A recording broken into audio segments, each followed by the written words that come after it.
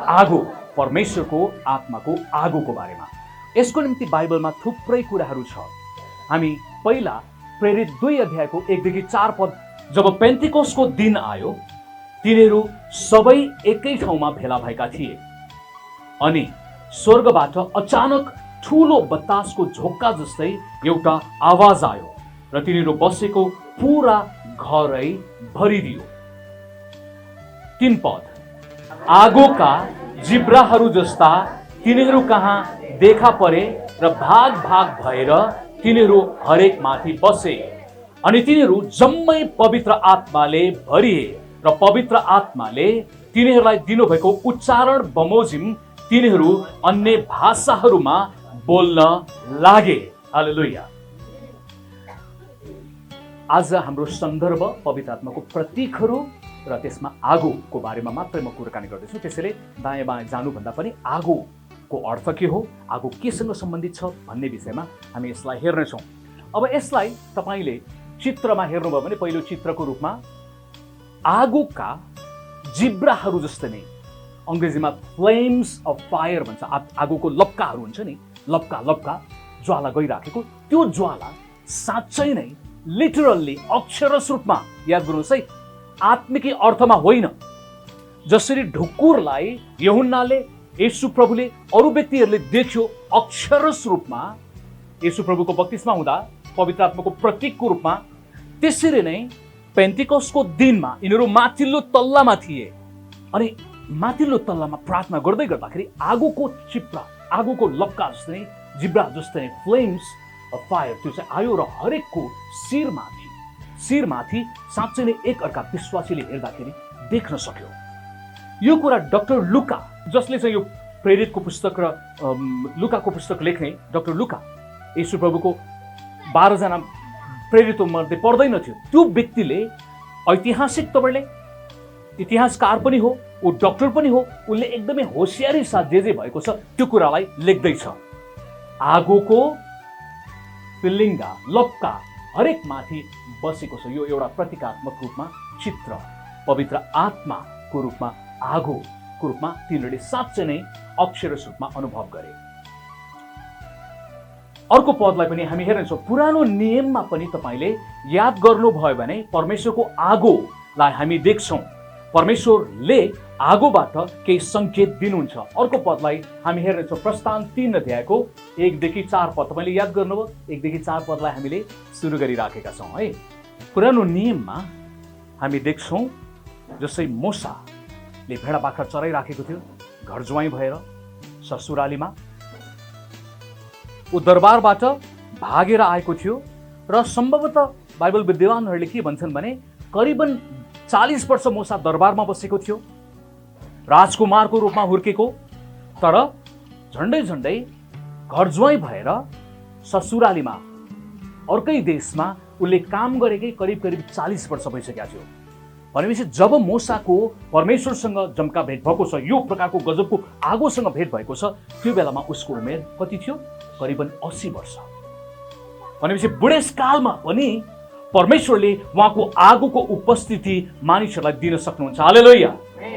बच्चालाई, वृद्धलाई, जवानलाई, सबैलाई परमेश्वरको राज्यमा पक्षपात छैन। हालेलुया। आज एउटा शब्द तपाईँले याद गर्नुभयो भने गीत भजनमा, सबैको परमेश्वर, सबैमाथि निष्पक्षता।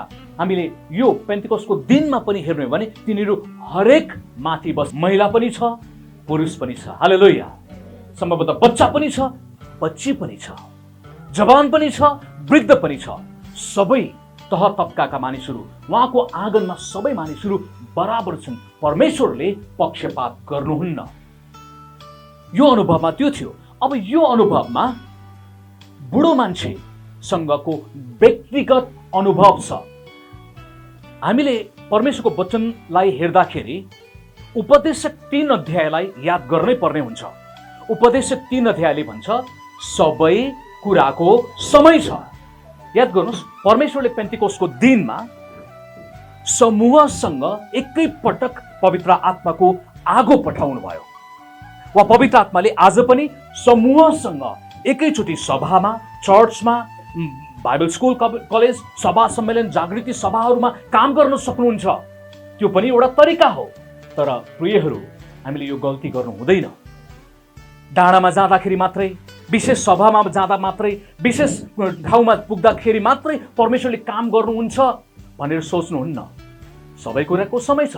परमेश्वरले समूहमा, सार्वजनिक रूपमा पनि गर्न सक्नुहुन्छ। तर परमेश्वरले व्यक्तिगत तौरले तपाईँ घरमा हुँदाखेरि, तपाईँ भान्सामा पकाउँदै गर्दाखेरि, तपाईँ भेडा बाख्रा चराउँदै गर्दाखेरि, तपाईँ ड्राइभिङ गर्दै गर्दाखेरि उहाँले बोल्नुहुन्छ। उहाँको आगोले तपाईँलाई पक्रिन सक्छ। हालेलुया। दुवै अवस्था छ, एउटा सार्वजनिक ठाउँ, एउटा व्यक्तिगत ठाउँ। धेरै पटक मान्छेहरूले के भन्छन् भने उसले व्यक्तिगत तपाईँले अनुभव गर्यो भने उसले सबैलाई भनिदिन्छ, ए मैले व्यक्तिगत तपाईँले परमेश्वरलाई अनुभव गरेँ, त्यसैले व्यक्तिगत ठाउँमा, गोप्य ठाउँमा भन्छन्। ठिक छ, तर अर्को पनि समय छ। परमेश्वरले सार्वजनिक रूपमा पनि अरू व्यक्तिसँग काम गर्नुहुन्छ। त्यसैले परमेश्वरलाई जसरी काम गर्न ठिक लाग्छ त्यसरी नै गर्नुहुन्छ। र हामी अगुवाहरूले चाहिँ मलाई यसरी गर्नुभयो, यही नै हुनुपर्छ भनेर ढिप्पी गर्नु मिल्दैन। आमेन। कहिलेकाहीँ अगुवाहरूले यो गल्ती गर्छन्, मैले यो अनुभव गरेँ त्यसैले सबैले यो अनुभव गर्नुपर्छ। हाम्रो चर्चमा दुईजना अगुवाहरू थियौँ। एकजना दाइ जसले प्रभु येशूलाई ग्रहण गरेको सुनेको दिनमा नै सायद ग्रहण गर्नुभयो र 3 दिनभित्रमा बप्तिस्मा लिनुभयो। अनि उहाँको अनुभव के थियो? उहाँले हरेकलाई तुरुन्तै सुनाउनुसाथ तुरुन्तै ग्रहण गराउने, बप्तिस्मा लिने, तुरुन्तै परालको आगो जस्तै सोचाइ उहाँको भयो। किन? उहाँले त्यसरी गर्नुभएको र सबैलाई त्यही मेरै तरिकाले हुन्छ भन्ने लागू उहाँले गरिदिनु भयो। मेरो सवालमा कुराकानी गर्ने हो भने म 12 वर्षको उमेरमा पहिलोपटक चर्च गएँ, 6 कक्षामा पढ्थेँ। 13 वर्ष पनि गएँ, चर्च गएँ। 14 वर्षको उमेरमा मैले साँचो तपाईँले प्रभु येशूलाई मुक्तिदाता प्रभु भनेर निर्णय गरेँ, स्वीकार गर्ने। भनेपछि मेरो अवस्था झन्डै 3 वर्ष छोयो। मेरो अर्को सहकर्मी अगुवाको अवस्था 3 दिनमा ग्रहण गर्नुभयो। त्यसैले कहिलेकाहीँ त्यो तरिका पनि ठिक छ, कहिलेकाहीँ मेरो तरिका पनि ठिक छ। हामीले एक अर्कासँग परमेश्वरले कसरी बोल्नुहुन्छ, उहाँको आगोले कसरी काम गर्छ, परमेश्वरको आत्माले के गर्नुहुन्छ, त्यसलाई सम्मान गर्न जान्नुपर्छ। आमेन। हामीले ढिप्पी गर्नु हुँदैन। मेरो मात्रै तरिका ठिक, तेरो चाहिँ बेठिक भनेर होइन। एक अर्कालाई सम्मान गर्दै अगाडि बढ्न आवश्यक छ। फेरि मूसाको कुरालाई याद गरौँ। मूसा बुढेसकालमा 80 वर्षको हुँदाखेरि यो व्यक्तिले परमेश्वरको आगोको अनुभव गरेको थियो। परमेश्वरको आगो, उसको व्यक्तिगत आगो त पहिल्यै थियो। उसले पनि परमेश्वरको सेवा गर्न चाहन्थ्यो। जब इजरायलीहरूको बीचमा कोही मिश्रीले अन्याय गरेको थियो, उसले त्यसलाई पिटेर मारिदियो पनि। उसको आगो, जोस जागर थियो नि त, आफ्नो जातिको निम्ति अन्याय गर्यो भनेर शारीरिक आगो थियो। त्यसलाई मारिदियो र गाडिदियो। उसलाई लाग्यो कसैले पनि थाहा पाएको छैन। भोलिपल्ट दुवैजना इजरायलीहरू झगडा गर्दै थिए, हिब्रूहरू झगडा गर्दै थिए। ऊ फेरि त्यहाँ पुग्यो। अहे भाइ हो, किन तिमीहरू झगडा गरे? एकले अर्कालाई अन्याय गर्नु हुँदैन। एउटाले प्वाक्क भन्थ्यो, ओए मूसा तँको होस्, तैँले हिजोको दिनमा जो मारेको थिएस् एउटालाई, त्यसरी मलाई पनि मार्न चाहन्छस्? मूसाले सोचेको थियो कसैलाई पनि थाहा छैन, यो कुरा गोप्य छ, तर थाहा रहेछ नि, अब मलाई राजाले मार्छन्। त्यसपछि ऊ भाग्यो। उसको शारीरिक आगोले, आगोको अर्को अर्थ पर्यायवाची जोस, जागर, परमेश्वरको निम्ति केही गर्छु भन्ने कुरा, उसको शारीरिक आगो पहिल्यै थियो। तर त्यो आगोले उसलाई के गर्यो? भगुवा बनायो, दरबारबाट घर ज्वाइँ बनायो, ससुरालीमा आएर बिचरा घोडा के अरे भेडाहरू चराउने काममा लगेको थियो। कहिलेकाहीँ हाम्रो आफ्नो जोसले, लाटो जोसले हामीलाई हाम्रो समुदायबाट निकाल्ने काम पनि गर्न सक्छ है। त्यही भएर प्रियहरू, हाम्रो आगोले होइन, परमेश्वरको आगोले हामी परिचालित भएको हुनुपर्छ। आमेन। त्यो भनेको मतलब के हो? हाम्रो लाटो जोसले होइन, तर परमेश्वरको जोसले हामी परिचालित हुनुपर्छ। आमेन। यो पुरानो नियममा यसको यो आगोलाई चित्र, यहाँ उसले भेडा बाख्रा चराउँदै गर्दाखेरि त्यो झाडी बल्यो हो। उजाड स्थानहरूमा आगो लाग्छ, त्यहाँ धेरै गर्मीको कारणले कहिलेकाहीँ धुर्र बल्ने, कसरी त्यो आगो टिप्ने स्वाभाविक कुरा थियो। तर यो जलेको कुरा चाहिँ के छ भने सकभर यो चाहिँ जलिरहेको छैन। आगो बले पनि भस्म भएर त्यो सिउँडी जाँदैन। प्राय जसो हामीले जलाउने चिजहरू त भुर्र गरेर सिद्धिन्छ, खरानी हुन्छ नि, यो खरानी भएको छैन।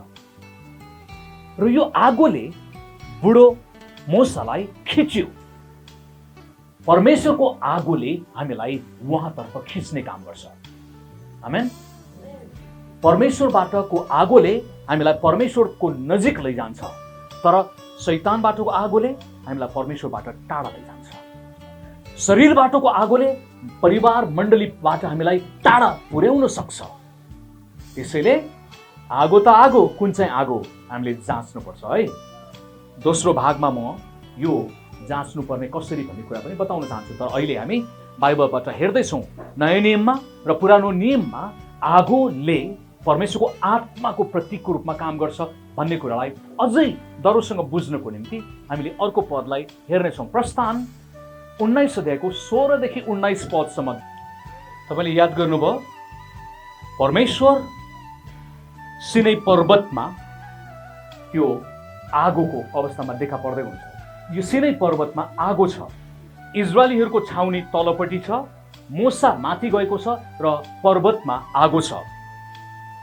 कहिलेकाहीँ याद गर्नुहोस् है, सबै कुराको समय छ। कहिलेकाहीँ परमेश्वर बेसीमा बोल्नुहुन्छ, कहिलेकाहीँ उहाँ लेकमा बोल्नुहुन्छ। आमेन। कहिलेकाहीँ उहाँ तपाईँको कोठामा बोल्न सक्नुहुन्छ, कहिलेकाहीँ चर्चमा बोल्न सक्नुहुन्छ, तपाईँसँग यात्रामा बोल्न सक्नुहुन्छ। जसरी भए पनि उहाँले उहाँको काम देखाउनुहुन्छ। यहाँ पुरानो नियममा तपाईँले याद गर्ने हो भने परमेश्वरले जब आफ्नो उपस्थिति मानिसहरूलाई देखाउनुहुन्थ्यो, त्यो चाहिँ अवश्य पनि निश्चित तोकिएका ठाउँहरू थिए। एउटा सिनै पर्वत, त्यो डाँडामा परमेश्वर हुनुहुन्थ्यो। मोसा गएर त्यहाँ परमेश्वरको आवाज सुन्थ्यो र त्यहाँबाट सुनेर उसले इजरायलीहरूलाई बताउने काम गर्थ्यो। आज हामी डाँडामा जानै पर्छ भन्ने छ प्रार्थना गर्नलाई? छैन। होला तपाईँलाई मनपर्छ, समय छ भने जाँदाखेरि हुन्छ, तर डाँडामा जानुपर्छ, डाँडामा गएर मात्रै सुन्ने हो भनेर कसैले यो पदलाई ल्याएर जबरजस्ती गर्छ भने त्यो बाइबलभन्दा दायाँ बाएँ छ। उसको लागि ठिक होला, तर सबैलाई त्यो पेलान गर्नु हुँदैन। अगुवाहरूले ठिक छ, पिकनिकको रूपमा मण्डली परिवार जाउँ, हाम्रो समुदायको रूपमा जाउँ भनेर भन्नु ठिक छ, तर डाँडामा गएन भने अभिषेकै नहुने, डाँडामा गएन भने सुन्दै नसुन्ने भन्ने सोचाइ छ भने त्यो बाइबल सम्मत छैन। कोही व्यक्तिलाई परमेश्वरले डाँडामा बोल्नुहुन्छ होला, ठिक छ, उसको तिम्रो विश्वास अनुसार तिमीलाई होस् भनेर येशू प्रभुले भन्नुभएको छ। यही सिद्धान्त पवित्र आत्माको सेवकाईमा पनि लागू हुन सक्छ। कोही मान्छेसँग डाँडामै गएर नै परमेश्वर बोल्नुहुन्छ, उहाँको आगो त्यहाँ तिनीहरूले पक्रन सक्छन्। तर कोही मान्छे आफ्नो व्यक्तिगत कोठामा वा घरमा परिवारसँग आफ्नो जहाँ छ त्यही ठाउँमा पनि हुन सक्छ। त्यसैले महँगो खर्च गरेर हामी त्यो सभामा, त्यो क्रुसेडमा त्यहाँ गएर मात्रै आगो पक्रिन्छौँ भन्ने भ्रान्ति हामीले पाल्नु हुँदैन। आमेन। परमेश्वर सर्वव्यापी हुनुहुन्छ। डाँडामा पनि हुनुहुन्छ, पहाडमा पनि हुनुहुन्छ, लेकमा पनि, बेसीमा पनि, सार्वजनिक स्थलमा पनि बोल्न सक्नुहुन्छ र व्यक्तिगत तपाईँले पनि बोल्न सक्नुहुन्छ। आमेन। परमेश्वर जसलाई जसरी सुन्नलाई सजिलो लाग्छ त्यो कुरा व्यक्तिगत रूपमा छोडिदिनुपर्छ। हामीले त्यो कुरालाई सिद्धान्त बनाउने होइन, अरूसँग यस्तै हुनुपर्छ भनेर व्हिप पनि जारी गर्नु हुँदैन। कहिलेकाहीँ नेपालमा वा संसारमा अगुवाहरूले त्यो गल्ती गर्छ। जस्तै नेपालमा केही मण्डलीहरू आएको छ, दारी जुङ्गा पाल्नु भनेको घमण्डको चिन्ह भन्ने उनीहरूको सोचाइ हुन्छ र दारी जुङ्गा पाल्नेलाई घमण्डी रे, दारी सेभ गरेर मजाले हिँड्ने मान्छे नम्र रे, उनीहरूको सोचाइ त्यस्तै छ। अनि उनीहरूले दारी पाल्नेहरूलाई आत्मिकी गन्दैनन्। कोही मान्छे चाहिँ सुनचाँदी लाउनै हुन्न भनेर भन्छन्, अनि उनीहरूले सबैलाई सुनचाँदी खोल, किनभने बाइबलमा खोलेर तिनीहरूले जलाएको छ, के गरेको छ भनेर पद लिएर आउँछ। तिम्रो विश्वास अनुसार तिमीलाई होस्, तिमीलाई लाउने अगुवाई छैन भने नलगाऊ, तर तिम्रो विचार भावना दुनियाँलाई पेलान गर्न मिल्दैन। आमेन। आगो त आगो, कहिलेकाहीँ व्यक्तिगत अनुभवका कुराहरू अरूलाई पेलान गरिदिनुहुन्न। हो, सिद्धान्तका कतिपय महत्त्वपूर्ण कुरा छन्, त्यसलाई हामीले सम्झौता गर्न मिल्दैन, तर परमेश्वरले व्यक्तिगत तपाईँले दिनुभएका विभिन्न तौर तरिकाहरू हुन सक्छन्। त्यो व्यक्तिगत कुरा व्यक्तिगतमै छोडिदिने, त्यसको निम्ति झगडा गर्ने, त्यसको निम्ति तसँग सङ्गति गर्दिन, तेरो चर्च नै आउँदिन भनेर भन्नु केटाकेटीपना हो। अझ मेरो कडा भाषामा भने त्यसलाई दुध र लिटो खानुपर्छ, त्यो आमाको बुबु चुस्नु पर्ने प्रकारको मान्छे हो। कहिलेकाहीँ विश्वासीहरू त्यस्तै हुन्छन्, ठुलो उमेर भए पनि झगडा गर्ने, ट्यौँ ट्यौँ गर्ने, गनगन गर्ने होइन, गुनगुनाउने, प्रभुको गीत भजन गुनगुनाउने, मनमनमा प्रभुका वचनहरू गुनगुनाउने व्यक्ति हुनुपर्छ। आमेन। तर अहिले गनगन बोकेर हिँडेका छन्, गन हानेका छन्, भुटुक भुटुक हानेका छन्, गनगन मात्र गरेका छ। त्यसैले तपाईँको चाहिँ बानी के छ मलाई थाहा छैन, म चाहिँ गुनगुनाउने व्यक्ति हो। गीत गाउँछु, भजन गाउँछु, नाच्छु, नचाउँछु कहिलेकाहीँ समयअनुसार। प्रस्थान 13 अध्यायको 20 देखि 22 पदलाई हामी हेर्नेछौँ। एउटा रोचक कुरा छ। परमेश्वरले रातमा अगुवाई गर्नको निम्ति आगो, दिउँसो उजाड स्थानमा परमेश्वरले इजरायलीहरूलाई अगुवाई गर्नको निम्ति बादलको रूपमा अगुवाई गर्नुभयो। बादल पनि पवित्र आत्माको प्रतीक हो भनेर हामीले हेरिसकेका छौँ। त्यो चाहिँ पानी अन्तर्गत पर्छ, पानीको ग्यास अवस्था हो त्यो। र बादलले दुईवटा काम गरेका थियो। एउटा शीतल बनाउँथ्यो उजाड स्थानमा, चर्को घाम लाग्छ अनि त्यसले गर्दाखेरि तिनीहरू तल बालुवा पनि तात्छ र उनीहरूलाई गर्मीले बिमारी हुन सक्थ्यो। तर परमेश्वरले बादल पुरै बाक्लो लगाएर घामलाई रोक्ने काम र तिनीहरूलाई शीतलता दिने काम एउटा भइरहेको थियो। र दोस्रो कुरा, जब बादल हिँड्थ्यो, बादल हिँड्दै गर्दाखेरि इजरायलीहरूलाई बादलले कम्पासको रूपमा काम गर्थ्यो। बादलले बाटो देखाउँथ्यो, गाइडको रूपमा हिँड्नुपर्ने बाटो यो हो। बाटो यदि पूर्वतिर त्यो बादल लाग्यो भने इजरायलीहरू पूर्व लाग्थे, यदि त्यो बादल रोक्यो भने इजरायलीहरू ठ्याक्कै रोक्थ्यो। बादल उतातिर लाग्यो भने उतातिर लाग्थ्यो। त्यसैले पवित्र आत्माले हामीलाई अगुवाई गर्नुहुन्छ, पवित्र आत्माले मण्डलीलाई निर्देशन गर्नुहुन्छ, पवित्र आत्माले मण्डलीलाई बोल्नुहुन्छ। कहिलेकाहीँ तपाईँको प्रचार गर्ने पालो छ, कुन चाहिँ वचन बोल्ने भन्ने थाहा छैन, परमेश्वरले सपना दर्शनद्वारा दिन सक्नुहुन्छ। तपाईँको हृदयमा पवित्र आत्मा बोल्नुहुन्छ, यो विषयमा बोल, अनि त्यो अगुवाई हो। त्यसरी बोल्नुभयो, वा यो विषयमा त्यसलाई यो कुरा भन्, यसको निम्ति प्रार्थना गर। विभिन्न तपाईँले अगुवाई गर्न सक्नुहुन्छ। त्यही कुरा दिउँसो मात्र होइन, राति अँध्यारो अवस्थामा पनि उहाँले तिनीहरूलाई बाटो देखाउनु भयो। कसरी? राति बादल लागेर हुन्छ, देख्छ बादल, बादल देख्थ्यो होला, तर त्यो बादल सेतो न सेतो हुनुपर्छ। तर परमेश्वरले राति आगोबाट तिनीहरूलाई अगुवाई गर्नुभयो। यहाँ पनि दुईवटा काम हामीले देख्छौँ प्रत्यक्ष रूपमा। एउटा, तपाईँले याद गर्नुभयो भने बालुवा छिटो तातिहाल्ने हुन्छ र बालुवा चाहिँ त्यो उसमा चिसो हुन्छ, र इजरायलीहरू राति त्यो मरुभूमिमा चिसोले कक्रेर मर्न पनि सक्थ्यो, तापक्रम नपुगेर। चाँडो तात्ने, चाँडो सेलाउने। त्यसैले परमेश्वरले त्यहाँ दुईवटा काम गर्नुभयो। एउटा, आगोले ताप दिने काम गर्यो, त्यो तातोपनालाई हेरेर उनीहरूलाई न्यानो महसुस हुन्थ्यो। कहिलेकाहीँ हामी जाडो महिनामा आगो ताप्छौँ, त्यहाँ भए पनि यहाँ न्यानो हुन्छ नि। भान्सामा हामी बस्छौँ, त्यो भान्साको तातोले पनि हामीलाई न्यानो महसुस हुन्छ, ताप्छौँ, त्यसले ऊर्जा दिन्छ। हाम्रो चिसोपना, चाउरीपना, त्यो खुम्चिने अवस्थाबाट त्यसले बचाउँछ, तातोमा शक्ति हुन्छ। परमेश्वरले त्यो अचम्मको आगोद्वारा तिनीहरूलाई तातो दिनुभयो, तिनीहरूलाई मर्नबाट बचाउनु भयो। आमेन। आज पवित्र आत्माले मण्डलीलाई वा विश्वासीलाई मुर्दा हुनबाट बचाउनुहुन्छ। आमेन। मण्डली चिसो छ, मन तातो छ, वा परमेश्वरको आगो हाम्रोमा छैन भने हामी मुर्दा तुल्य हुन्छौँ, मण्डली क्लब जस्तो मात्रै हुन्छ। त्यही कारणले गर्दाखेरि पनि मण्डलीलाई उहाँको आगो चाहिन्छ। अर्थात् आगो भनेको के हो? पवित्र आत्मा चाहिन्छ। यदि आगो हाम्रो शरीरमा ताप ऊर्जा छैन भने हामी मर्छौँ। परमेश्वरको आत्माले हाम्रो जीवनमा काम गर्ने मौका पाउनु भएको छ भने छैन भने, उहाँलाई मौका दिँदैनौँ भने बिस्तारै त्यो विश्वासी आत्मामा मर्दै जान्छ। बिस्तारै त्यो मण्डली तातोबाट सेलाउँदै सेलाउँदै आत्मिक तपाईँले एउटा क्लब मुर्दा तुल्य बन्न सक्छ। त्यसैले मण्डली जीवित हुने हो भने, मण्डली सक्रिय हुने हो भने हामीलाई परमेश्वरको आगो चाहिन्छ। हालेलुया। आगो चाहिन्छ। यो परमेश्वर अर्थात् आगो भनेको पवित्र आत्मा, पवित्र आत्माले हामीलाई रापिलो बनाउने काम गर्नुहुन्छ। त्यसैले एउटा चाहिँ तातो दिने। अर्को कुरा, आगोले के पनि गर्छ? उज्यालो पनि त दिन्छ नि त। आगो ज्योतिको प्रतीक हो। ज्योति बाटो देखाउने अब त्यो आगो ठक्कै हिँड्दाखेरि तिनीहरू हिँड्थे, तिनीहरू आगो बस्दाखेरि तिनीहरू बस्थ्यो। अचम्मको कुरा, परमेश्वरको आगो। अब म तपाईँलाई एउटा रहस्यमय कुरा बताउँछु। हुन त हामी क्रिस्चियनहरूले त्यसलाई आगोको बिम्ब, तपाईँले हेर्नुभयो भने त्यो आगोको पिलर अफ फायर भन्छ अङ्ग्रेजीमा।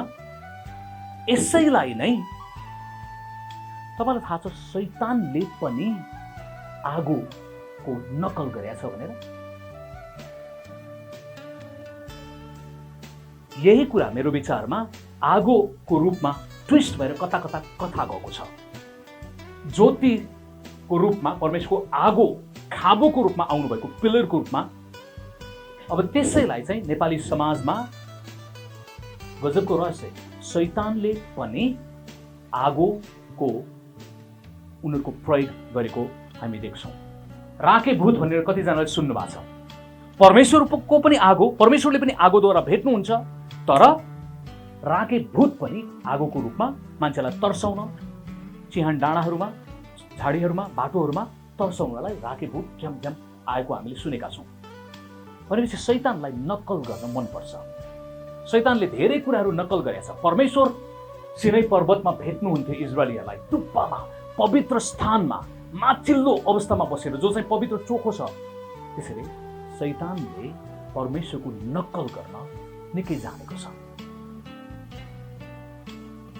शैतानले पनि आफूलाई ज्योतिर्मय स्वर्गदूतको रूपमा बदल्छ भनेको छ नि। हो, ज्योति शैतानलाई पनि मनपर्छ, तर त्यो ज्योतिले के गर्छ? भरमाउने प्रकारको ज्योति हो। त्यसले मानिसलाई सत्यतामा रहन दिँदैन। हो, त्यो ज्योतिमा पनि केही न्यानो छ, केही आनन्द होला, तर साँचो ज्योतिबाट वञ्चित गराउने ज्योति पनि छ भनेर हामीले बुझ्न आवश्यक छ। त्यो नक्कली हो। त्यसैले यो कुरा पनि हामीले बुझ्न आवश्यक छ। परमेश्वरले अगुवाई गर्नुहुन्छ। अब यो रातको, दिउँसो पनि पवित्र आत्माले बोल्न सक्नुहुन्छ, राति पनि बोल्न सक्नुहुन्छ। येशू प्रभु बिहान सबेरै गएर, राति नै झिसमिसेमा बिहान सबेरै गएर प्रार्थना गर्नुहुन्थ्यो। ठिक छ, त्यो पनि समय छ, तर राति मात्रै प्रार्थना गर्ने, राति मात्रै बोल्नुहुन्छ भन्ने सोचाइ पनि राख्नु हुँदैन। आमेन। आजभोलि कोही कोही मण्डलीहरूमा राति 12 बजे उठेर प्रार्थना गर्नुपर्छ, उपवास बस्नुपर्छ भन्ने शिक्षा पनि आएको छ। म चाहिँ त्यो पक्षमा छैन। म चाहिँ सुत्नुपर्ने मान्छे हो। परमेश्वरले दिउँसो काम गर्नलाई बोलाउनु भएको छ, राति आराम गर्नलाई बोलाउनु भएको छ। त्यसैले मलाई चाहिँ निन्द्रा प्यारो मान्छे, म मजाले सुत्छु। तर कोही मान्छेलाई राति प्रार्थना गर्ने, उठ्ने मन छ भने ठिकै छ। हुन त म बाहिरतिर जाँदाखेरि जहिले पनि 2 बजे 3 बजेतिर पनि उठिन्छु। म हाम्रो घरमा चाहिँ म चाँडै सुत्ने, चाँडै उठ्ने व्यक्ति हो। त्यसैले तर हामीले 12 बजे उठेर मात्रै प्रभु बोल्नुहुन्छ भनेर यो कुरा पनि भिडलाई बताएर त्यो एकदमै धिप्पीसँग जबरजस्ती सबैले मैले जस्तै 12 बजे उठ्नुपर्छ भन्ने त्यो विचार पनि गर्नु हुँदैन। तपाईँलाई थाहा छ 12 बजे राति बोक्सी विद्या गर्ने मान्छेहरूले पनि त 12 बजे उठ्छन् हो। पिपल बोटमा गएर घुमफिर गर्ने, त्यो बेलामा गर्ने। त्यसैले मेरो भनाइ चाहिँ सकभर राति मजाले सुत्नुहोस्, दिउँसो बिहान सबेरै उठ्नुहोस्, प्रार्थना गर्नुहोस्, के गर्नु छ गर्ने। तपाईँ प्रार्थना साह्रै गर्नु छ भने तपाईँको श्रीमान, तपाईँको बालबच्चा कसैलाई पनि डिस्टर्ब नहोस्, छिमेकीलाई पनि तपाईँको प्रार्थनाले डिस्टर्ब गर्नुहुन्न। तपाईँले मन मनमा चाहिँ प्रार्थना गर्ने। आमेन। सबै कुराको समय छ। आमेन। कराएर प्रार्थना गर्ने पनि समय छ, तर भन्नाले जस्तै मुख मात्र हल्लाएर मनमनले प्रार्थना गर्ने पनि समय छ। तपाईँले मनमनले प्रार्थना गर्दाखेरि, सानो तवरले प्रार्थना गर्दाखेरि तपाईँ अआत्मिक हुन्छ। नेपाली मण्डलीमा मैले यो पनि देखेँ, प्रचारकहरू जति हल्ला गरेर ठुलो डाँको गरे गर्छन् त्यति उसकोमा आगो छ, पवित्र आत्माको अभिषेक भन्ने सोचाइ, भ्रान्ति नेपाली मण्डलीमा छ। र बिस्तारै बोलेका मान्छेहरू चाहिँ आगै नभएको भन्ने अर्थ लगाउँछन्। त्यस्तो अर्थ छ छैन। सबै कुराको समय छ। आमेन। एउटालाई कराउन मन लागेर कराउन्, अर्को मान्छेलाई बिस्तारै बोल्न मन लाग्छ, बिस्तारै बोलोस्। हालेलुया। अफ्रिकामा म गएको थिएँ। मैले अफ्रिकनहरूलाई, अफ्रिकाको चलन, संसारमा सबैभन्दा कराउने व्यक्तिहरू कहाँ छन् चर्चमा बोल्नलाई, कराउने मान्छेहरू कहाँ छन्? अफ्रिकामा छन्। अफ्रिकनलाई कसैले पनि जित्दैन। 5 जना मान्छे सङ्गतिमा छ भने पनि त्यही भोल्युमको आवाज माइक्रोफोन त्यो सिस्टम साउन्ड सिस्टम हुन्छ र 10,000 छ भने पनि त्यही साउन्ड सिस्टम हुन्छ। उनीहरूलाई 10,000 हुनु र 5 जना हुनु मतलब छैन। अचम्म लाग्यो मलाई त। 5 जना छ त्यही पनि माइक्रोफोन लिएर पुरा चिच्याउँदै कराउँदै प्रचार गर्छन्। यदि कराएको कुरालाई पवित्र आत्माको आगो, पवित्र आत्माको अभिषेक मान्ने हो भने मैले यो पनि देखेँ अफ्रिकामा त्यही कराउने मान्छे उनीहरूको निम्ति विवाह गर्नुभन्दा अगाडि उनीहरूले 2-3 जनासँग बिहा गरेर बच्चा बच्ची पाइसकेका हुन्छ र अहिले पनि त्यही कराउने मान्छे अर्को व्यक्तिसँग यौन सम्पर्क गर्नु कुनै ठुलो कुरा देखिन। त्यसैले कराउँदैमा चिल्लाउँदैमा आत्मिक अभिषेक जन भन्ने अर्थ लगाउनु पनि हुन्न। आमेन। र कसैले बिस्तारै बोल्छ भने, शान्त तवरले बोल्छ भने पनि हामीले यसमा चाहिँ आगै छैन, यो आगै नभएको चर्च भनेर तपाईँ हल्लाको पछि नदौड्नुहोस्। आमेन। अब यो 4वटा कुराको महत्त्वपूर्ण पद हेरिसकेपछि 1-2वटा पदहरू हामी यहाँ हेर्नेछौँ है त। आगोको अर्थ र पवित्र आत्माको कामहरू।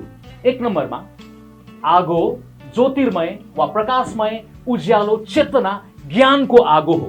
आमेन। आगोले उज्यालो, चेतना, प्रकाशलाई बताउँछ। पहिलो कुरा एफिसी 1:17 देखि 19 पद। पेन्टिकोस्टको दिनमा अक्षरश आगो थियो। त्यसपछि उजाड स्थानमा आगो थियो। इजरायली मोसाले आगोलाई अनुभव गरे अक्षरश प्रत्यक्ष रूपमा। तर परमेश्वरको अर्को एउटा चाहना के पनि हो भने त्यसको भाव अर्थ पनि छ। आगोको अर्थ प्रकाशमय हो, ज्योतिर्मय हो, चेतना, विकास, ज्ञानको आगो हो। यो कुरा बुझ्न आवश्यक छ। ल आउनुहोस्, एफिसी 1:17 देखि 19 मण्डलीलाई पत्र लेख्दै गर्दाखेरि तिमीहरूले प्रकाशको आत्मा, ज्ञानको आत्मा, समझको आत्मा, बुद्धिको आत्मा प्राप्त गर्न सक। ज्योतिले वा पवित्र आत्माको आगोले उज्यालो, हृदयमा चम्कने उहाँको प्रकाश, जसै उहाँको वचन सुन्छौँ, जसै उहाँको वचन हामी मनन गर्छौँ, पढ्छौँ व्यक्तिगत रूपमा, अगुवाजनहरूले, धर्मगुरुहरूले सिकाउनुहुन्छ, नयाँ प्रकाश पवित्र आत्माले हामीलाई दिनुहुन्छ। आमेन। नयाँ शिक्षा, नयाँ ज्ञानमा, यो ज्ञानले हामीलाई अँध्यारोबाट ज्योतिमा लैजान्छ। हालेलुया। यो ज्ञानले हाम्रो उन्नति, प्रगति गर्छ। मनको आँखा। अनि जब परमेश्वरको आत्माको प्रकाश तपाईँको हृदयमा तपाईँले पाउनुहुन्छ, तपाईँको मुहार पनि 6 बजेर बस्दैन। मुहारमा पनि के हुन्छ? चमक आउँछ। ज्योतिले ज्योति उत्पादन गर्छ। आमेन। त्यो ज्योतिले तपाईँको मुहारलाई पनि चम्किलो बनाउँछ। बुढेसकालतिर पीर होला, चिन्ता होला, तर परमेश्वरको आगो पक्रेका मानिसहरूलाई तपाईँले हेर्नुभयो भने उनीहरूको मुहारमा चमक देख्नुहुन्छ। खुसी, आनन्द, शान्तिले तिनीहरू भरिएका मानिसहरू हुन्छन्। होला समस्या होला, खान नपाउला, तर उनीहरूको आनन्दले भरिएको हुन्छ। म इलाममा एक दिन प्रचार गर्दै थिएँ। मलाई इलाममा प्रचार गर्दाखेरि एकजना काठमाडौँमै बस्ने एकजना बहिनी आउनुभयो। अनि उहाँले भन्नुभयो, उहाँले बडो गजबको कुरा उहाँले गएर भन्नुभयो, हँसिलो अनुहारको, सर म त काठमाडौँमा बस्छु, हाम्रो प्रार्थना टावरमा पनि तपाईँ आउनुहोला, हाम्रो ठाउँमा पनि आउनुहोस्, र म चाहिँ चाँदीको घरमा बस्छु भनेर भन्नुभयो। अनि उहाँको कुरा मलाई त, म चाहिँ फेरि चाँदीको एकदमै फ्यान हो है, चाँदी मनपर्छ मलाई, सुनभन्दा चाँदी मन पराउने मान्छे हो। अनि म त चाँदीको घरमा बस्छु भन्दाखेरि यसो सोचेँ, उहाँको लुगाफाटा हेरेँ, चाँदीकै घरमा बस्ने जस्तो त देखिँदैन, तर उहाँको खुसी छ, आनन्द छ, बडो रमाइलो लाग्यो। सर तपाईँ पनि हाम्रो चाँदीको घरमा सङ्गति गर्न आउनुहोला, हाम्रो त चाँदीको घर छ। अनि पछि मैले बुझिनँ, कहिलेकाहीँ कतिपय कुरा बुझ्न गाह्रो हुन्छ नि। सुटुक्क सकिसकेपछि सोधेँ, ए बहिनी के हो, के भन्न खोजेँ तपाईँले चाँदी भने? अनि त्यो बहिनीले क्या मजाले भन्यो कि हाँसेर बडो मुस्कानको साथमा, सर मेरो घरमा चाँदी भनेको टिनै टिन छ। त्यो टिन यता पनि टिन, उता पनि टिन, त्यता पनि पूर्व पश्चिम चारैतिर टिन, माथि पनि टिन, अनि त्यो टिन त चाँदी जस्तो देखिन्छ। म त छक्कै परेँ, वाह, चाँदीको घरमा बसेर खुसी भएको भन्दा साँच्चै नै त्यो चाँदीको घरमा बस्ने मान्छेको आनन्द देखेँ मैले, अचम्म लाग्यो। अनि हिजोको दिनमा, अस्तिको दिनमा म चाँदीको घरमा सुतेँ बडो आनन्द थियो त्यहाँ।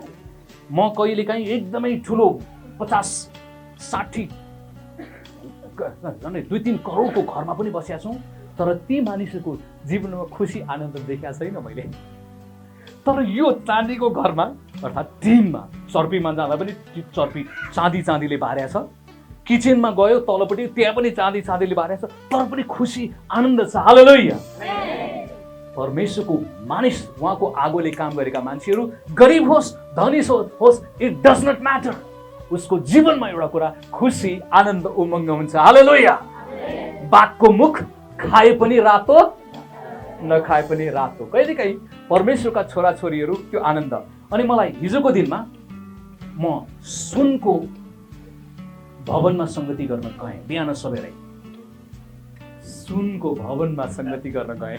रमाइलो लाग्यो, मलाई आनन्द लाग्यो। के होला सुनको भवन भने?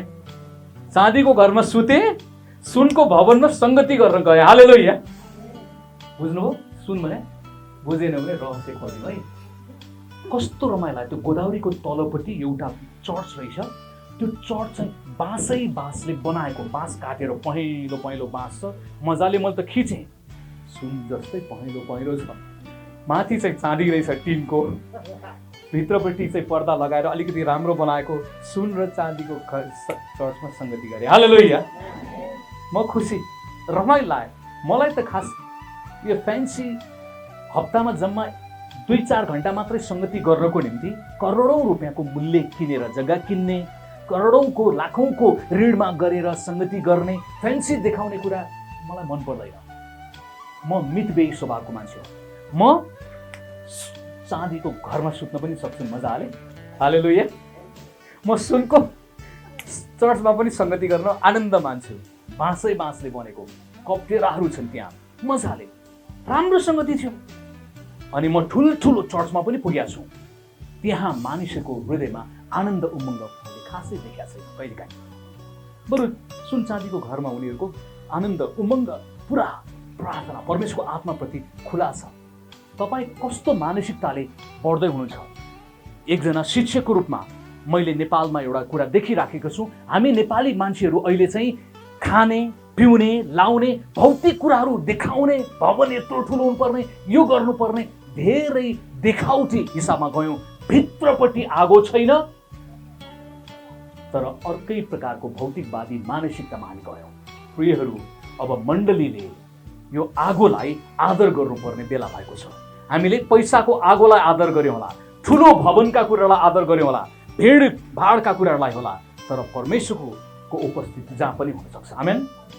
येशू प्रभुले भन्नुभयो, जहाँ तिमीहरू 2 वा 2 भन्दा बढी मेरो नाउँमा भेला हुन्छौ, प्रेमपूर्वक एकतामा भेला हुन्छ, चाहे त्यो बाँसको टहरो होस्, चाहे टिनको होस्, इट डज नट म्याटर, त्यो त्रिपालले बनेको होस्, त्यहाँ पनि परमेश्वर हुनुहुन्छ। आमेन। हो, सबै कुराको समय छ। म चाहिँ व्यक्तिगत तौरले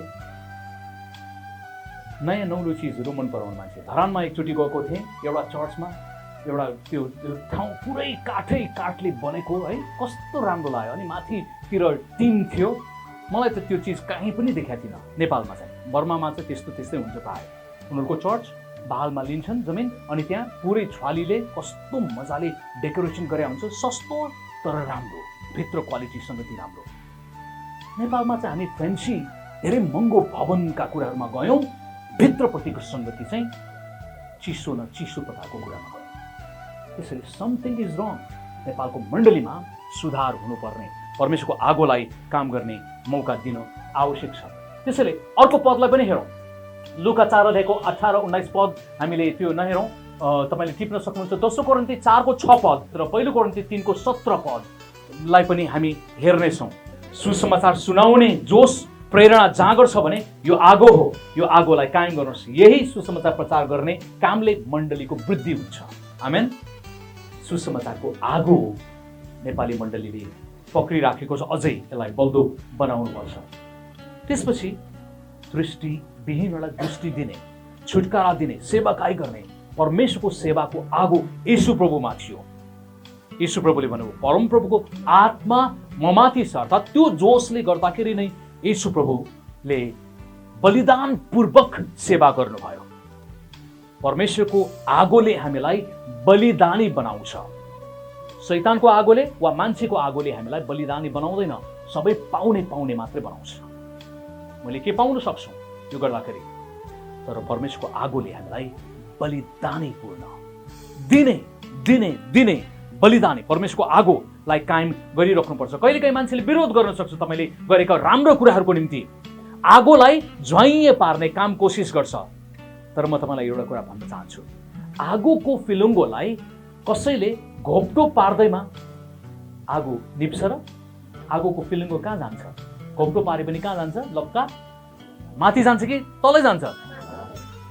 तपाईँ आगो हो भने, परमेश्वरको आगो तपाईँमा छ भने मान्छेले पानी हाल्न खोजे पनि त्यो निभ्नेवाला छैन। एकछिन निम्ला तर ढिलो छिटो हुर्र आइहाल्छ। हालेलुया।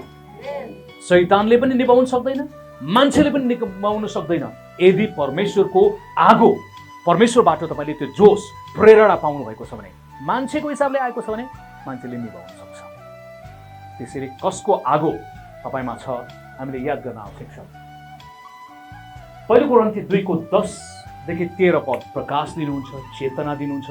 परमेश्वरले बोल्नुहुन्छ, हामीलाई ज्ञान बुद्धिमा पवित्र आत्माले बढाउनुहुन्छ भन्ने कुरा। अर्को ख नम्बरमा जाउँ है त। आगो चाहिँ शक्तिको प्रतीक पनि हो। त्यसैले परमेश्वरको आगोले गर्दाखेरि हाम्रो उन्नति प्रगति हुन्छ। फिजी देशमा तपाईँ जानुभयो भने, फिजी देश भन्ने एउटा देश छ, त्यहाँ चाहिँ कालो कालो मान्छेहरू बस्छन्। त्यहाँका मानिसहरूले मान्छे पकाएर खाने गर्थे। पहिला मान्छे पकाएर खाने, विशेष गरिकन कुनै नयाँ मान्छे पाहुना आयो भने त्यसलाई त यसरी छाम्यो भने कति राम्रो भनेर हेर्दसाथ हामीले कुखुराको साँप्रा छामे जस्तै मान्छेलाई हेर्ने, अनि दिउँसोभरि साथी बनाउने, राम्रो छ भने हे भन्ने खेल्ने, बेलुका त्यसैलाई काटेर भुटेर खाइदिने। फिजी देशमा अफ्रिकाका मूलका बलियो बलियो ठुलो ठुलो दैती आकारका मान्छेहरू बस्थे। तर त्यो ठाउँमा प्रभुका जनहरू प्रचार गर्न गए। प्रचार गर्न जाने केही व्यक्तिहरूलाई त सुरुमा पकाएर खाइदियो। जति मान्छे जान्थ्यो त्यो पकाएर खाइदियो, मार्ने पकाएर खाने। पछि निकै समय भएपछि त्यहाँ प्रभुको सुसमाचार तिनीहरूले बिस्तारै उनीहरूले प्रभुलाई चिन्यो र फिजी देशले प्रभु येशूको कुरालाई सुनेपछि, प्रचार गरेपछि उनीहरूको हृदयमा परमेश्वरले काम गर्नुभयो। फिजी देश पुरै प्रभु येशूमा आयो। हालेलुया। निकै समय बितिसकेपछि अमेरिकाका केही नास्तिक प्रचारकहरू त्यहाँ पुग्यो र उनीहरूलाई चुनौती दिँदै भन्यो, ओइ तिमीहरूले येशूलाई विश्वास गरेर के भयो? तिमीहरूको उन्नति के फरक छ? तिमीहरूको भाषा त्यही हो, तिमीहरूको लाउने कुरा अलिकति फरक भयो, तिमीहरूको घर त्यस्तै छ, के प्रगति भयो? के चाहिँ उन्नति भयो? टेलिभिजन क्यामेरा तेर्साउँदै ती मान्छेहरूलाई सोधे। यो अमेरिकनहरू नास्तिक थियो, उनीहरूले ईश्वरलाई विश्वास गर्दैन थियो। उनीहरूलाई टेलिभिजन कार्यक्रम बनाएर देखाउनु मात्रै उनीहरूको मकसद थियो, उद्देश्य थियो। अनि यो विश्वासीहरू जो चाहिँ क्रिसमसको भोज तयार पारिराखेका थियो त्यो कार्यक्रममा, तिनीहरू क्यामेरा लिएर त्यही नै खिच्नु भयो। अनि क्रिसमसको ठुलो त्यो मासु पाकेको ठाउँमा गएर त्यहाँको एउटा अगुवाले भन्नुभयो, तपाईँले देख्नुहुन्छ यो खाना के पाक्दैछ? तपाईँहरूको यो खानेकुरा मासु पाक्दैछ। पत्रकारले के सोधेछ? तिमीहरूले येशूलाई पाएर के परिवर्तन आयो? जवाफ दिने मान्छेले देखाउँदैछ, देख्नुहुन्छ यो खाना मासु पाक्दैछ, मासु हाम्रो देशमा नि खान्छौँ यो मासु, के फरक भएर? अनि यो मान्छेले, प्रभुको जनले नम्रतापूर्वक भने, यदि प्रभु येशूको सन्देश हाम्रो देशमा नआएको भए हाम्रो देशमा चाहिँ पहिला हामीले विदेशी पाहुनाहरू देखियो भने, तपाईँहरू जस्तो गोरो छाला मान्छेको देखियो भने यिनीहरूको मासु पक्कै मिठो हुन्छ भने पकाएर यसरी पकाएर मजाले खान्थ्यौँ। यो मान्छेहरूले बुझेन के भन्न खोज्या। हाम्रोमा मान्छे पकाएर खाने चलन थियो। यदि हामीले यसोलाई नचिने भए तपाईँहरू अहिले हामीसँग अन्तर्वार्ता लिँदै थिएन, यसरी हिँड्न पाउँदैन थियो। तपाईँलाई हामीले पकाएर यसरी मासु पकाएर खाने अवस्थामा पुग्यौँ। ए अमेरिकनहरू दङ भयो, अरे हो र त्यसपछि तिनीहरूले प्रभु येशूको परिवर्तनका कुराहरू बताउन थाले। त्यसैले येशूले विकास उन्नतिका कुराहरू, पवित्र आत्माले जब काम गर्नुहुन्छ त्यसमा उन्नति, प्रगति, सुधारका कुराहरू आउँछन्। शक्तिको प्रतीकमा भन्न चाहन्छु प्रेरित 2 अध्याय सबैलाई थाहा छ। समयको कारणले गर्दाखेरि म तपाईँलाई एउटा कुरा मात्र बताउन चाहन्छु। जब पेन्टिकोस्टको दिनमा पवित्र आत्मा आगोको अनुभव तिनीहरूले गरे, त्यहाँ हावाको अनुभव मानिसहरूले गरेका छन्, हावा आएको छ नि त, र तिनीहरूले अन्य भाषा बोल्न थाले। त्यो शक्तिले तिनीहरू पूर्ण भइसकेपछि कोही मानिसहरूले आएर के भन्यो, फाल्टु मान्छेहरू आएर, ओए यिनीहरू त हेर बिहान ठर्रालले मातेछन्, पक्ला पानीले मातेछन्, यिनीहरू ठुक्क 9 बजेतिर नै मातेका, यिनीहरू खत्तम भनेर मान्छेले खिसी ट्युरी गर्न थाल्यो। तर त्यही बेलामा पत्रुस, जसकोमा अब पवित्र आत्माको आगो छ, त्यो आगोको अनुभव गरेको मान्छे, त्यो जोस जागरको साथमा ऊ खडा भयो र उसले सबैको अगाडि भन्यो, ए दाजुभाइ तथा दिदीबहिनीहरू, तपाईँहरूले सोचे जस्तै गरिकन हामी बिहानै पक्ला पानीले मातेका छैनौँ। हालेलुया। हामी बिहानै जाँड खाएका छैनौँ। यो त अहिले 9 मात्र बज्दैछ, पहिलो पहर छ। तर उसले योवेलको पुस्तकबाट, पुरानो नियमबाट लामो प्रचार गरेर मानिसहरूलाई साहससँग, शक्ति साथ प्रचार गर्यो।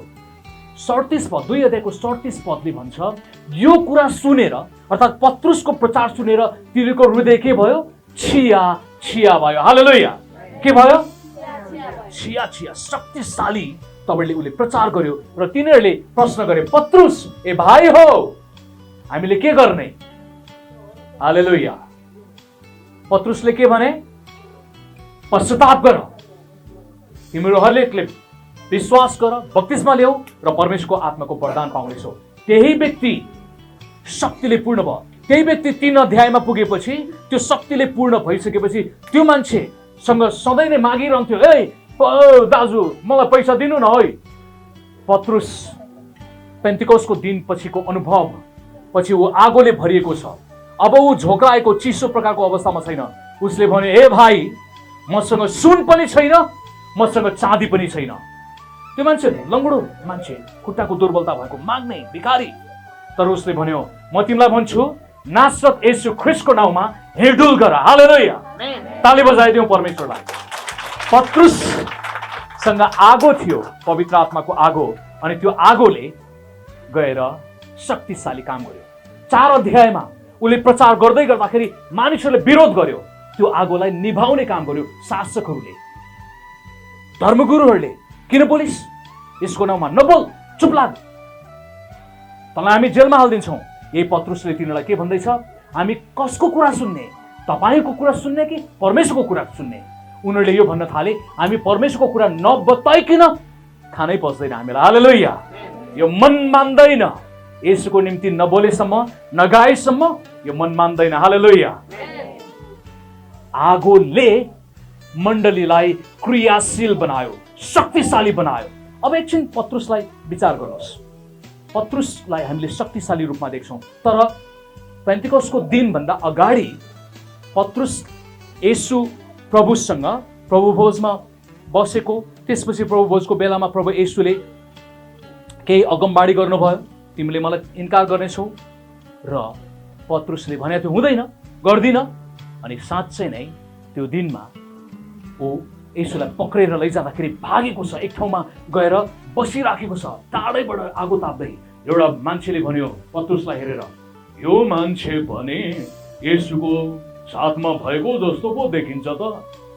पत्रुस तर्स्यो, डरायो। उसले ढाँटेर भन्यो, होइन हजुर, मैले त चिन्दिनँ, मैले त जानेको पनि छैन, मैले त देखेको पनि छैन, म त पहिलोपल्ट आएको हो, त्यो पाहुना हुँ यहाँको। त्यसपछि अलिक पर गएर बस्न थाल्यो। के गर्दैछ येशू प्रभुलाई, के गर्दैछ? माया पनि त छ नि। उता गएको एउटा केटीले के भन्यो, होइन यो बुढो मान्छे पनि पक्कै पनि येशूको साथमा भएको जस्तो लागेको थियो त। बाजे तपाईँ त्यस्तो हो? है नानी, मैले त कहाँ चिनेको छैन, मैले चिन्दिनँ। डरपोक एकजना व्यक्ति, तर्सेको, इन्कार गरेको मान्छे। तर आगोले पक्रेपछि ऊ परिवर्तित भएको छ, ऊ साहसले भरिएको छ, ऊ शक्तिले भरिएको छ। मण्डली शक्तिशाली भएर प्रभुको शक्तिमा बढ्दै बढ्दै गयो। हालेलुया। आगोले वा पवित्र आत्माको आगोले तपाईको आत्मिकी हड्डीलाई मजबुत बनाउँछ। हालेलुया। के गर्छ? आत्मिकी हड्डीलाई मजबुत बनाउँछ। तपाईले संसारमा यो घाम जो चाहिँ आगोको अर्को रूप हो, त्यसैले तपाईले घामबाट के पाउनुहुन्छ? भिटामिन डी पाउनुहुन्छ हो। बिहान सबेरै तपाईँ घाममा हिँड्नुभयो, विशेष गरिकन छातीमा र ढाडमा तपाईले 10 मिनट मात्रै बिहानको पारिलो घाम देखाउनु भयो भने तपाईले भिटामिन डी प्रशस्त पाउनुहुन्छ। त्यो कारणले गर्दाखेरि तपाईको हड्डी मजबुत हुन्छ। आजभोलि विशेष गरेर जो चाहिँ अफिसभित्र धेरै कोठाभित्र मात्रै बस्छन् तिनीहरूको हड्डी कमजोर भइराखेको छ। किन? भिटामिन डी को कमी भयो। दुध खाएर पनि पाउन सक्छ, खिर पनिर यी कुराहरूबाट आउन सक्छ, तर त महँगो हुनु पर्यो। परमेश्वरले सित्तैमा दिनुभएको भिटामिन डी त्यो घामसँग हामी एक्सपोज हुँदाखेरि, त्यो घामसँग हामी मर्निङ वाक गर्दाखेरि होला, किसानहरूले चाहिँ कुटो कोदोला चलाउँदाखेरि त्यो घामले लागिरहेको हुन्छ, हड्डी मजबुत हुन्छ। आमेन। जसरी हामी यो घाम, येशू घाम हुनुहुन्छ, आमेन, ज्योति हुनुहुन्छ, पवित्र आत्मा ज्योति हुनुहुन्छ, उहाँको समीपमा हामी संगति गर्छौँ नि, त्यो घामसँगको एक्सपोजले, त्यो घामसँगको भेटले हाम्रो आत्मिकी हड्डीहरूलाई बलियो बनाउँछ। आमेन। अनि भूतहरू तर्सिन्छ, हामीले भूतहरूलाई पाउन सक्छौँ, हामीले चङ्गाईको सेवकाई गर्न सक्छौँ, हामीले छुटकाराको सेवकाई गर्न सक्छौँ, हामीले परमेश्वरको राज्यको वृद्धि र विकासको निम्ति काम गर्न सक्छौँ। चाहे तपाईँ बच्चा होस्, चाहे वृद्ध होस्, जवान होस्, यसको मतलब छैन। मोसा 80 वर्षको उमेरमा सेवकाईमा बोलावट भएको मान्छे हो, बुढेसकालमा, तर पनि शक्तिशाली सेवकाई उसले गरिराखेको छ। एर्मिया बच्चा थियो, बच्चामा पनि परमेश्वरको आगो छ, परमेश्वरले उसलाई शक्तिशाली बनाउनु भयो। हालेलुया। परमेश्वर याद गर्नुहोस्, उहाँ निष्पक्ष परमेश्वर, हरेक माथि जो चाहिँ खुला छ, जो तयारी छ, ती मानिसहरूमा परमेश्वरको आगोले दरोसँग काम गर्नुहुन्छ। परमेश्वर निष्पक्षतामा व्यवहार गर्ने परमेश्वर। आमेन। आगो, आगोले हामीलाई बलि बनाउँछ। अलिकति अब एउटा आगो, अर्को भस्मकारी आगो पनि छ। पवित्र आत्मा वा परमेश्वरको आगो भस्मकारी पनि छ। एक दुईवटा पद पढौँ। व्यवस्था 4 अध्यायको 23 र 24 पद। परमेश्वर भस्म गर्ने आगो र डाहा गर्ने परमेश्वर हुनुहुन्छ। एकछिन, यो दुईटा कुरा बुझ्नलाई झट्टै अलि गाह्रो पर्छ। परमेश्वरको आगो न्यायसँग पनि सम्बन्धित छ। भस्म गर्ने आगो, पवित्र आत्माले जब हाम्रो जीवनमा काम गर्नुहुन्छ, हाम्रो जीवनमा भएका खराब कुराहरूलाई उहाँले भस्म गर्नुहुन्छ। हालेलुया। तपाईलाई भस्म गर्ने होइन, तर हाम्रो विचारहरूलाई, खराब विचारलाई भस्म गर्नुहुन्छ, नकारात्मक विचारहरूलाई भस्म गर्नुहुन्छ। उहाँको आगोले भस्मकारी आगो। पुरानो नियममा उहाँको आगोले साँच्चै नै बदमाश मान्छेहरूलाई भस्म नै गरेको हामी देख्छौँ। तर अहिलेको अवस्थामा जब पवित्र आत्मासँगको हाम्रो जम्का भेट हुन्छ, शक्तिशाली मात्र बनाउने होइन, खराब नराम्रा कुराहरूलाई उहाँले भस्म गर्नुहुन्छ। तपाईँले न्यायकर्ता 6 अध्यायको 15 पदलाई हेर्नुभयो भने त्यहाँ एउटा व्यक्ति देख्नुहुन्छ, गिदोन। गिदोनलाई परमेश्वरले बोलाउनु भयो, उहाँको आगो हालिदिन चाहनुभयो। गिदोनले के भन्यो? म त सानो कुलको छु, म त मेरो घरमा सानो छ, मैले तपाईँको काम गर्न सक्दिनँ। बहाना बनायो। उसकोमा खराब विचार छ। उसले के सोच्दैछ? परमेश्वरको सेवा, परमेश्वरको महिमा गर्नको निम्ति दरबारमा भएका मान्छेहरू, ठुलो ज्ञान भएका मान्छेहरू, अग्लोहरूले, धनीहरूले मात्रै गर्ने, वा अलिकति राम्रो घरमा कुलमा जन्मेकाले मात्रै गर्ने। उसको गल्ती सोचाइ। अनि त्यस्तै सोचाइ आज मण्डलीमा पनि मान्छेहरूले गर्न सक्छ। प्रभुको सेवा पढेका मान्छेहरूले, शिक्षितहरूले, यो जातले, त्यो जातले मात्रै। तर म 38 वर्ष तालिम केन्द्रमा काम गरेको व्यक्तिको हिसाबमा भन्नुपर्दाखेरि म आफै पनि तालिम दिने व्यक्तिको रूपमा छक्क पर्छु। केही व्यक्तिहरू मेरो मनमा झट्टै आउँदैछ। हाम्रो विद्यार्थीहरू, काठमाडौँमा बस्दै म एकजना व्यक्ति दाईलाई म सम्झिन्छु। त्यो दाई हिँड्नलाई पनि यसरी हिँड्नुहुन्छ, बोल्नु पर्यो भने भाइ जय मसीह आरामै हुनुहुन्छ, अनि कताबाट आउनु भएको, अनि मेरो उतातिर के भयो होला, बोल्ने तरिका नै झट्टै हेर्दाखेरि लठौरो पाराको लाग्छ। मानवीय हिसाबले हेर्ने हो भने तालिम दिने व्यक्तिको रूपमा यसले भन्दाखेरि मान्छेले कुरा सुन्दैनन्, यसको कुरा मान्छेले पत्याउँदैन भन्ने सोचाइ मेरो। तर तपाईँले यो दाइलाई गएर भेट्नुभयो भने, त्यो दाइको सेवकाईले देख्नुभयो भने तपाईँ छक्क पर्नुहुन्छ। परमेश्वरले यो व्यक्ति बिस्तारै बोलेकोद्वारा पनि गाउँ गाउँमा, विशेष गरी नवलपरासीमा, मकवानपुर जिल्लामा त्यो गाउँमा जानुहुन्छ, बसेर कुराकानी गर्नुहुन्छ। ती मानिसहरू रोगी बिमारी हुन्छन्, उहाँले हात राखेर प्रार्थना गर्नुहुन्छ र गाउँ घर घर गरेर 10 घर, 15 घर, 97 घर, 98 घर यीशुमा आइराखेको छ। हालेलुया। म मानिसको रूपमा कहिलेकाहीँ छक्कै पर्छु। तालिम दिने व्यक्तिको रूपमा मैले पनि सकभर अलि ट्यालेन्टेड मान्छेहरूलाई हेर्नै कोसिस गर्छु, यसले त के होला भनेर। तर परमेश्वरले त्यही कमजोर दुर्बल व्यक्तिलाई गजबले चलाइराख्नु भएको छ। अर्को एकजना व्यक्तिलाई म चिन्छु। त्यो भाइ पनि काठमाडौँमा तालिममा आउँदाखेरि विद्यार्थीहरूमध्ये सबैभन्दा ढिलो, नेपाली पनि राम्रोसँग नबोल्ने। दाइ तपाईँ कस्तो हुनुहुन्छ, मैले त्यस्तो भनेर ल्याएको थिएँ, अनि तपाईँ सन्चै हुनुहुन्छ, मलाई पनि सेवा गर्ने मन लागेर पठाएको छ। नेपाली पनि शुद्ध बोल्दैन, बिस्तारै बोल्छ, छक्कै पर्यो। सेवा गर्छु भन्छ, ऊ पनि त्यस्तै ढिला स्वभावको। तर अहिले म छक्क पर्छु, अरू ट्यालेन्टेड भएका, पढेका, निकै केही गर्छु भन्ने व्यक्ति र त्यो भाइलाई तुलना गरेर हाल्ने भने अहिले यो भाइ एउटा जिल्लाको सबैभन्दा ठुलो चर्चको पास्टर यही नै छ। सबैभन्दा ठुलो चर्चको पास्टर, उनको छोरी मण्डली धेरै छ। म आफै तालिम दिने व्यक्तिको रूपमा पनि छक पर्छु। परमेश्वरको आगोले अन्याय गर्दैन, परमेश्वरको आगो पक्षपाती छैन। उहाँले जसलाई चाहनुहुन्छ त्यो व्यक्तिमा अचम्म तपाईँ शान्त तपाईँले त्यो आगो गइराखेको छ।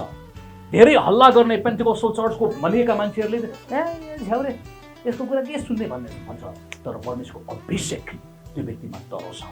प्रियहरू, म तपाईँलाई यो कुरा भन्न चाहन्छु, सबै कुराको समय छ। कोही मान्छेहरू हल्ला खल्ला गर्लान्, त्यहाँ पनि परमेश्वरको अभिषेक हुनसक्छ। कोही मान्छे हल्ला गर्दैन, बिस्तारै, तर परमेश्वरले तिनीहरूको प्रार्थनाद्वारा पनि शक्तिशाली काम गर्नुहुन्छ। मैले यसरी तपाईँलाई थुप्रै कुराहरू बताउन सक्थेँ, समयको चापले गर्दाखेरि अर्को कुरामा जाउँ। मोसाकोमा पनि परमेश्वरले आगो हालिदिनु भयो, त्यो आगोलाई देखेको परमेश्वरले उसलाई बोलाउट दिनुभयो। तर मोसाले बहाना गर्दैछन् प्रस्थान 4 अध्यायको उसमा, प्रभु म राजाकोमा गएर बोल्न सक्दिनँ, जिब्रो भगभगे छ, बहाना बनाउँदैछ, नकारात्मक कुराले ऊ ग्रस्त छ। परमेश्वरले भन्यो त जानुपर्छ, फेरि उसले बहाना बना मेरो दाइ आरुनलाई पठाइदिनुहोस्। परमेश्वर सायद हाँस्नु भयो। परमेश्वरले भन्नुभयो हारुन होइन, तै नै जानेस्। हालेलुया। को जानेछस्? तै नै जानेछस्। बहाना छैन। बुढो मान्छेले पनि सेवा गर्न सक्छ, जवानले पनि सेवा गर्न सक्छ। कहिलेकाहीँ मान्छेले मलाई सोध्नुहुन्छ, सर तपाईँ जवान हो कि बुढा हो भन्छ। मैले भन्छु म तन्नेरी बुढा हो। हालेलुया। बुढा पनि हो, म तन्नेरी पनि हो। तन बुढो भयो, मन मेरो तन्नेरी नै छ। हालेलुया। त्यसैले आज तपाईँले तन्नेरी बुढाको सन्देश सुन्दै हुनुहुन्छ। अर्को पद हेरौँ। एर्मियाको समस्या छ। एर्मिया 1 अध्यायको 6 पदमा उनले भन्दैछन्, म त बच्चै छु, सक्दिन, हुँदैन। परमेश्वरको भस्मकारी आगोले त्यसको त्यो सक्दिन, हुँदैन, असम्भव छ भन्ने विचारहरूलाई नष्ट पारिदिनु भयो। अनि आज पवित्र आत्माले त्यही गर्नुहुन्छ र हुन्छ। बलले होइन, बुद्धिले होइन, तर परमेश्वरको आत्माको शक्तिले हुन्छ भन्ने कुरा देखाउनको निम्ति उहाँले यो काम गर्नुहुन्छ। आमेन। उहाँ शक्तिशाली परमेश्वर हिजो, आज अनि सधैँभरि एक समान हुनुहुन्छ। उहाँले जसलाई चाहनुहुन्छ त्यो व्यक्तिलाई उहाँले प्रयोग गर्न सक्नुहुन्छ। र अर्को कुरा, जो व्यक्ति तयारी छ, प्रभु म चाहन्छु भनेर भन्छ, त्यो व्यक्तिले पनि परमेश्वरको आगो पाएर अगाडि बढ्दै जान सक्छ।